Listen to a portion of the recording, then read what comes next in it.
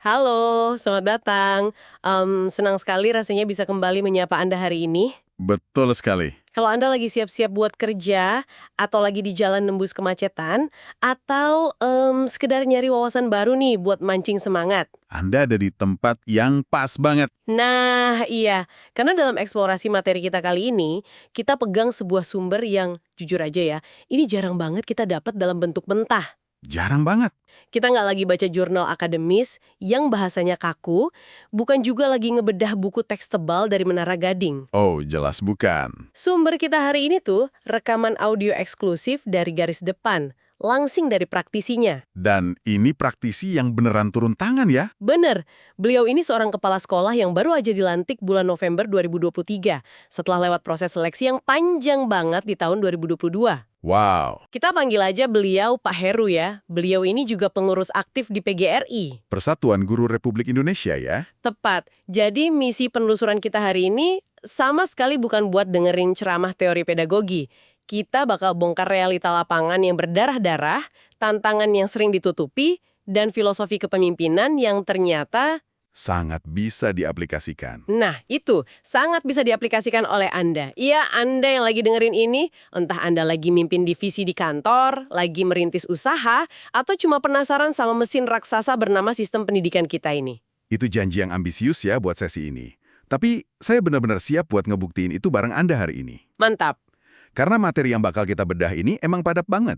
Dan jujur aja, seringkali wawasan paling tajam soal kepemimpinan itu justru lahir dari tempat yang nggak kena sorot lampu perusahaan besar. Betul, bener banget. Kali ini dari dinamika ruang guru dan ruang kelas. Kita bakal urai perlahan nih karena ada banyak banget momen pencerahan atau aha moments di dalamnya. Oke, mari kita bedah ini sejak dari awal yang menurut saya sangat mengejutkan. Soal apa tuh? Latar belakangnya. Latar belakang dari sumber kita ini sama sekali nggak tertebak loh. Emang awalnya gimana? Waktu saya baca catatannya, ya, saya mikir, oh beliau ini pasti tipe pendidik klasik yang dari SD udah cita-cita pengen berdiri di depan kelas gitu. Yang pegang kapur dari kecil ya? Iya, tapi ternyata sama sekali enggak.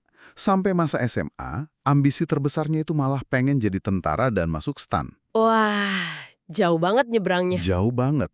Tapi takdir dan fakta kalau orang tuanya juga guru, akhirnya belokkan setir beliau ke jalur pendidikan. Dan fakta bahwa seseorang dengan embrio mentalitas militer ini jadi pendidik, ini bikin sebuah landasan filosofi yang Unik ya? unik ya, ekstrim juga bisa. Yang sangat menarik di sini adalah gimana latar belakang itu ngebentuk cara pandangnya. Disiplin, hierarki, ketegasan. Beliau bawa satu prinsip tajam yang beliau sebut filosofi ikan busuk. Ikan busuk. Iya, beliau tegas banget bilang, ikan itu akan selalu busuk dari kepalanya. Wah, Ini bukan pepatah kuno biasa. Kalau ditarik ke operasional sekolah atau ke perusahaan tempat Anda kerja sekarang, kalau manajemen puncaknya nggak dikelola dengan benar, seluruh ekosistem di bawahnya bakal ikut membusuk. oke, saya paham maksud metaforanya, tapi saya mau nantang poin ini sedikit ya. Boleh silakan. Kenapa dampaknya sefatal itu? Maksud saya, kalau kepala sekolahnya buruk, ya wajar administrasinya berantakan. Tapi di rekaman ini, beliau sebut dampak spesifik yang menurut saya ngeri banget. Soal kreativitas. Iya, kreativitas gurunya mati. Kenapa ikan busuk ini secara spesifik ngebunuh kreativitas para pengajar di lapangan? Karena gini, kreativitas itu butuh ruang aman buat gagal. Dan ruang aman itu cuma bisa diciptakan sama pemimpin yang suportif. Masuk akal. Ketika kepala ikannya busuk, sebutlah pemimpinnya birokratis, anti kritik, atau cuma peduli citra pribadi, guru-guru di bawahnya bakal berubah mode. Berubah mode gimana? Dari yang awalnya ingin mendidik, jadi sekedar ingin bertahan hidup, mereka nggak bakal berani coba metode baru, karena takut disalahin. Takut kena semprot ya? Betul.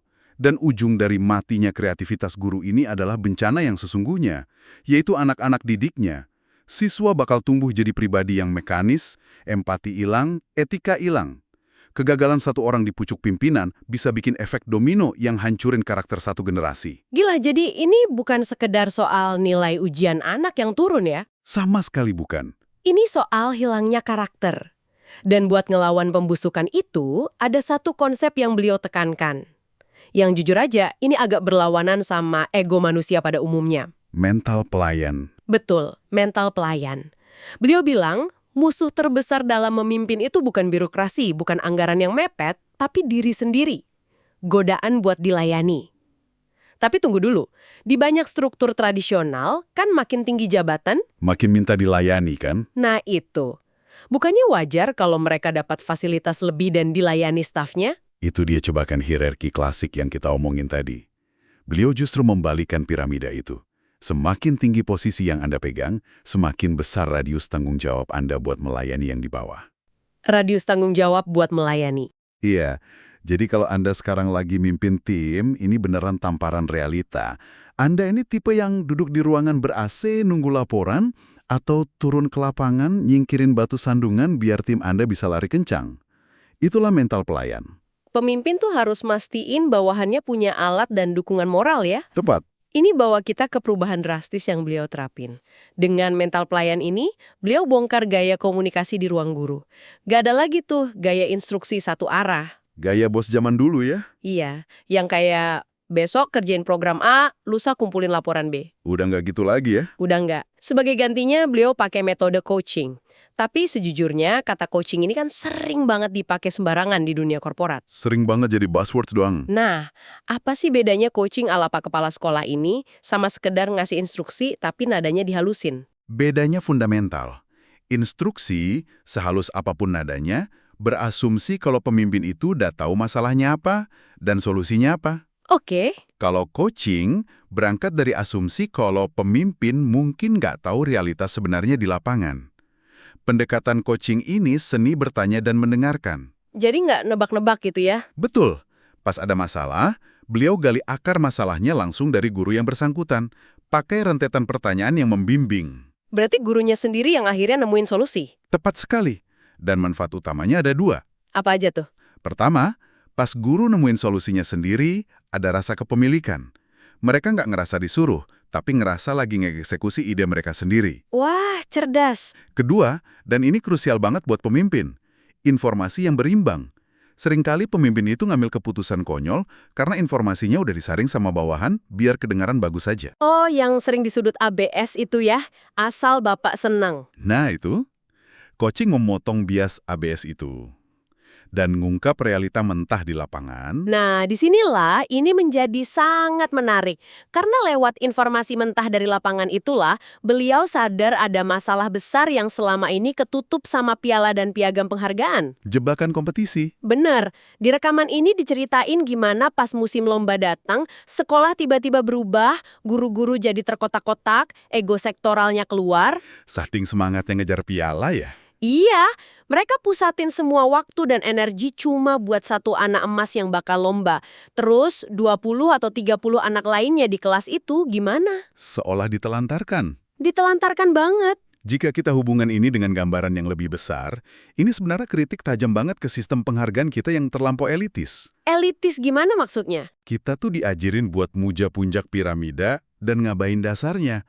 Pemimpin dari sumber materi kita ini nolak keras glorifikasi kayak gitu. Nggak boleh cuma fokus ke satu juara gitu ya? Iya, ngantar satu anak jadi juara olimpiade itu bagus, nggak ada yang salah. Tapi itu bukan prestasi utama dari sebuah institusi pendidikan publik. Prestasi sejati dan keadilan yang sebenarnya itu pas seluruh siswa di kelas mampu capai batas minimal pembelajaran yang sama. Merata ya? Betul.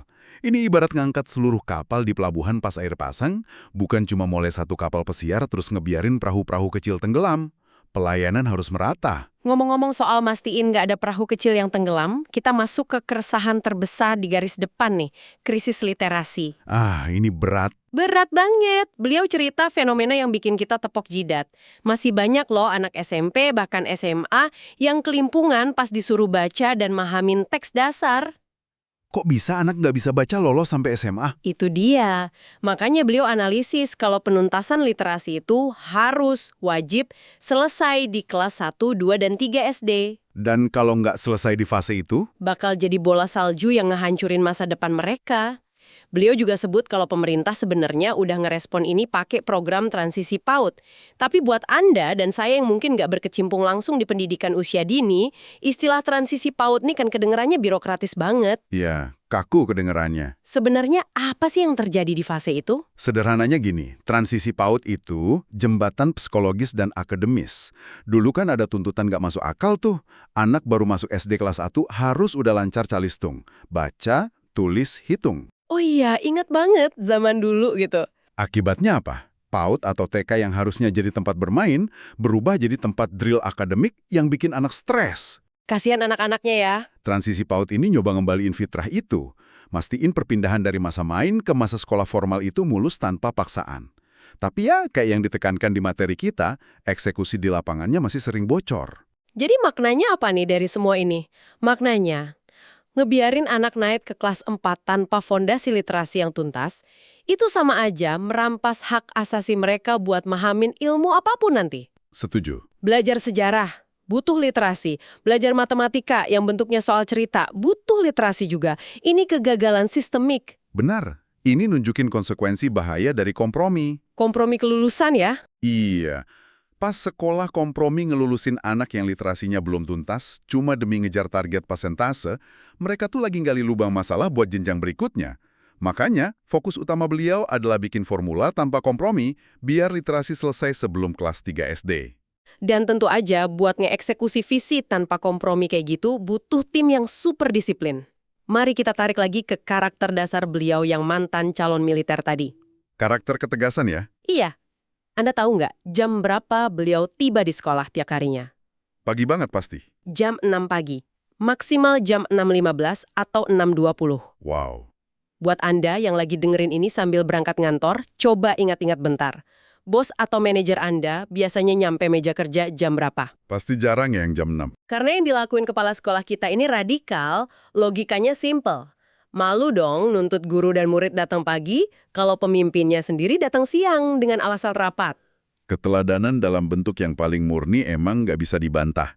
Anda nggak bisa mimpin dari belakang kalau Anda nuntut kecepatan. Tapi ada nuansa penting nih di sini. Nuansa apa tuh? Kalau cuma datang jam 6 terus berdiri di gerbang pasang muka garang buat ngehukum yang telat, itu kan otoriter. Sumber kita ini maduin kedisiplinan itu dengan pendekatan hati. Tunggu, ini kedengerannya kontradiktif deh. Disiplin ketat tapi pakai pendekatan hati. Kalau ada guru telat jam 6.45, apa yang beliau lakuin? Nggak dimarahin? Enggak. Beliau nggak langsung ngelabeli atau ngehakimi guru itu di depan umum. Beliau manggil gurunya secara privat. Nanya alasan? Iya. Kenapa terlambat? Apa ada anak yang sakit di rumah? Motornya rusak kah? Ini bukan interogasi, tapi investigasi empati. Investigasi empati, bagus istilahnya. Karena tugas pemimpin bukan jadi satpam jam masuk, tapi jaga kesejahteraan moral timnya. Manusia kan bukan mesin. Memanusiakan tim itu kunci loyalitas sejati. Bener banget. Pemimpin yang nyari tahu akar masalah keterlambatan bakal dapat rasa hormat yang jauh lebih dalam dibanding yang cuma bagi-bagi surat peringatan. Nah, ngomongin kesejahteraan, ada satu bagian dari rekaman ini yang benar-benar ngubah cara saya mandang profesi guru. Bagian yang mana? Ternyata, selain jadi kepala sekolah, beliau ini masuk Divisi Advokasi dan Bantuan Hukum PGRI buat periode 2025 sampai 2030. Berarti beliau lihat langsung ya masalah hukum dan sosial guru? Langsung banget. Di posisi ini, beliau lihat betapa berat beban psikologis guru. Ada stigma mengerikan di masyarakat. Banyak yang ngira, mungkin kita juga tanpa sadar, kalau guru-guru itu kaya raya dari jualan LKS. Lembar kerja siswa itu ya? Iya. Tapi mari kita bedah realitanya. Anda tahu berapa keuntungan real dari satu buku LKS? Silahkan dijabarin, saya yakin banyak yang bakal kaget. Keuntungannya cuma 500 sampai 1.000 rupiah per buku. Bayangin, kalau sekelas ada 30 anak dan untung cuma 500 perak, total untung guru cuma 15.000 perak. Buat bayar parkir aja habis ya? Habis. Dan itu asumsinya kalau semua siswa bayar. Realitanya, sering ada siswa yang nunggak. Jadi demi uang belasan ribu itu, guru harus nanggung beban dituduh korupsi, diintimidasi LSM fiktif, dicurigai masyarakat. Ini poin krusial. Sumber kita sebenarnya nggak membenarkan praktek bisnis di sekolah. Guru harusnya mengajar, tapi beliau angkat ironi LKS ini buat nyorotin ketakutan massal. Guru dihantui kecurigaan terus. Iya, energi mental mereka terkuras cuma buat bertahan dari stigma negatif soal uang yang nominalnya aja nggak masuk akal. Energi yang harusnya buat ngerancang inovasi kelas, habis buat ngurusin ketakutan ini. Benar. Dan ini nyambung ke isu yang lebih besar lagi, kesejahteraan finansial guru. Kenapa banyak guru yang gajinya sangat rendah? Seringnya kita nyalahin pemerintah membabi buta. Tapi di rekaman ini beliau pakai kacamata ilmu ekonomi dasar. Dan ini logis banget. Betul. Jika kita hubungkan ini dengan gambaran yang lebih besar, ini perwujudan paling kejam dari hukum supply and demand, penawaran dan permintaan. Gimana analoginya? Bayangin ada satu kota yang masyarakatnya cuma butuh 5 kursi baru tiap tahun. Tapi ada pabrik besar yang nyetak 100 kursi tiap hari. Apa yang terjadi sama harga kursi itu? Harganya hancur berantakan dong, pasti ditawar semurah mungkin karena stoknya numpuk. Tepat. Dan begitulah fenomena profesi guru sekarang. Universitas terus ngelulusin guru baru dalam jumlah masif. Terjadi oversupply. Kelebihan pasokan ya? Betul. Di sisi lain, demand-nya rendah. Sumber kita ngasih hitungan matematis di daerahnya. Dalam setahun, guru yang pensiun di satu kota belum tentu 50 orang. Tapi guru baru yang cari kerja bisa berkali-kali lipat dari angka itu. Persaingannya brutal banget. Sangat brutal. Posisi tawar guru jadi lemah. Institusi nakal gampang aja bilang, kalau nggak mau dibayar murah, silakan pergi. Ada 100 orang ngantri di belakang. Fakta yang menyakitkan ya. Lalu apa maknanya? Apa solusinya cuma demo nuntut naik gaji?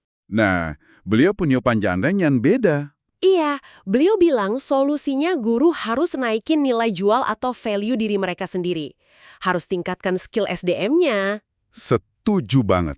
Logikanya, kalau Anda punya kemampuan di atas rata-rata, misal paham teknologi terbaru, paham psikologi anak, public speaking brilliant, Anda nggak bakal mau dibayar murah. Dan sistem bakal kepaksa ngehargain value tinggi itu. Itu pemikiran yang pragmatis. Ngambil balik kendali nasib mereka sendiri. Daripada cuma jadi korban sistem, beliau dorong rekan-rekannya buat mendisrupsi diri. Dan ngomong-ngomong mendisrupsi diri, kita nggak bisa lepas dari tantangan era digital. Ini bagian favorit saya dari seluruh eksplorasi kita. Banyak pendidik atau orang tua ngelihat anak gen alpha atau gen beta dengan gadgetnya itu sebagai ancaman. Seolah layar sentuh itu musuh ya. Betul. Tapi, tebak strategi sumber kita ini, beliau bilang teknologi bukan ancaman, solusi out of the box-nya, ikuti mereka. Kalau anak main Roblox, gurunya harus install Roblox. Kalau anak main TikTok, gurunya bikin TikTok. Ini strategi menangin hati yang brilian. Tapi saya mau nantang dikit, minta guru masuk ke dunia anak-anak. Bayangin guru senior yang mau pensiun, yang mungkin gaptek, dituntut main Roblox dan pahamin FYP TikTok, bukannya ini nambah stres? Emang kedengarannya berat di awal, tapi mari lihat dari efektivitas komunikasi. Anda nggak bakal bisa didik generasi kalau nggak paham bahasa mereka. Bener juga. Ini bukan soal maksa guru senior jadi gamer. Ini soal empati digital. Masuk ke Roblox atau TikTok sekedar buat tahu apa sih yang masuk kotak anak-anak ini. Biar nyambung ya ngobrolnya. Betul. Kalau guru maksa pakai kacamata tahun 90-an buat nilai anak tahun 2026, yang terjadi miskomunikasi abadi. Jangan sampai guru kehilangan wibawa cuma karena buta realita dunia maya anak didiknya. Empati digital, masuk akal, ini buat mahamin pola pikirnya. Tapi, beliau juga ngasih peringatan keras. Ngejar teknologi dan akademik itu penting, tapi nggak boleh ninggalin fondasinya, karakter. Ah ya, Ada kutipan yang bikin saya diam. Beliau bilang, berkarakter tapi bodoh akan dibodoh-bodohi orang. Pinter tapi tidak punya karakter akan merusak.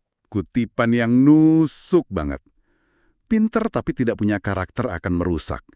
Kalau kita lihat dunia sekarang, kejahatan besar, penipuan global, eksploitasi, itu nggak dilakuin sama orang bodoh loh. Iya, pelakunya pintar-pintar semua. Dirancang teliti sama individu cerdas lulusan top, tapi defisit karakter. Membangun akademik dan karakter itu ibarat dua rel kereta. Harus paralel biar lokomotifnya nggak anjlok. Perumpamaan yang pas. Dan buat jaga keseimbangan rel itu serta terus adaptasi, butuh sesuatu yang sering hilang dari pemimpin. Kerendahan hati. Tepat. Ini bagian paling emosional menurut saya. Pas beliau ditanya, setelah lewat seleksi, ngurus PGRI, jadi kepala sekolah, apa pelajaran terbesarnya? Beliau nggak pamer gelar. Beliau bilang, dan saya kutip, saya ternyata masih sangat bodoh. Ini memunculkan pertanyaan penting tentang esensi pembelajar sejati. Pengakuan kayak gitu dari pucuk pimpinan bukan berarti pesimis loh. Bukan merendah untuk meroket ya. Bukan. Itu bentuk kehausan akan ilmu. Beliau sadar jabatan bukan garis finish. Beliau ngerasa wajib belajar tiap hari dari guru senior buat kebijaksanaan, dari guru muda buat teknologi, dari orang tua murid, dan dari kepolosan anak-anak. Ngebayangin pemimpin datang jam 6 pagi bawa mental apa yang bisa saya pelajari hari ini, itu luar biasa. Oke, rasanya kita udah bedah dalam banget hari ini. Mari kita rangkum. Dari rekaman Pak Heru ini, jadi pendidik dan pemimpin era modern nggak bisa lagi pakai gaya lama yang otoriter. Harus kolaborasi ya. Iya, gawe bareng. Butuh adaptasi radikal dari coaching sampai masuk dunia digital anak. Kepemimpinan berbasis mental pelayan, pendekatan hati, tapi keteladanannya tanpa kompromi. Dan berani naikin value diri. Dan bagi Anda yang dengerin ini, kami mau mastiin satu hal. Pesan dari materi ini tuh gemanya ngelewatin tembok sekolah. Pendidikan itu tanggung jawab bareng. Orang tua, komunitas, kita semua. Betul.